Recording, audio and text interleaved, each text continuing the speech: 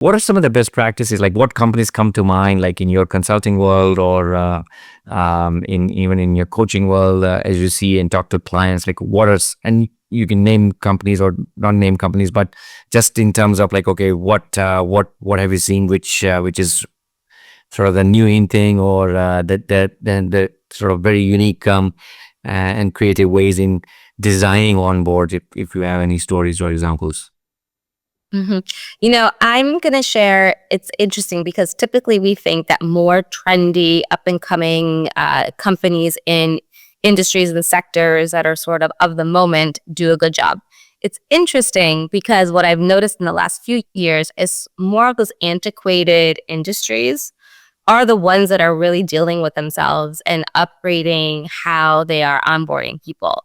So sectors like the insurance sector that has to be like overly competitive in this time and space are really thinking about how to onboard, how to create longevity.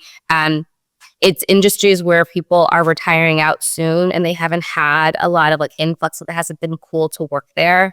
And so we've had people go towards tech and, you know, all the various tech, fintech, ad tech, all the things. So it's these industries that are a little bit more quote unquote boring that are really doing great jobs at recruiting for talent and like developing their culture and figuring out a way to retain talent because they're in a place where people are going to, for lack of a better word, age out soon and they're needing to replace their populations. So that's where I see that it's like being done well, which is a weird thing to say, but it's true.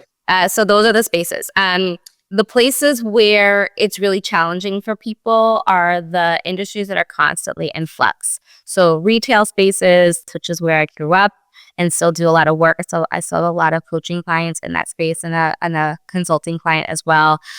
Any of the PR advertising spaces that's constantly in flux. Media, as we know, has changed so much over the last few years. So that those are the ones that are really trying to figure it out.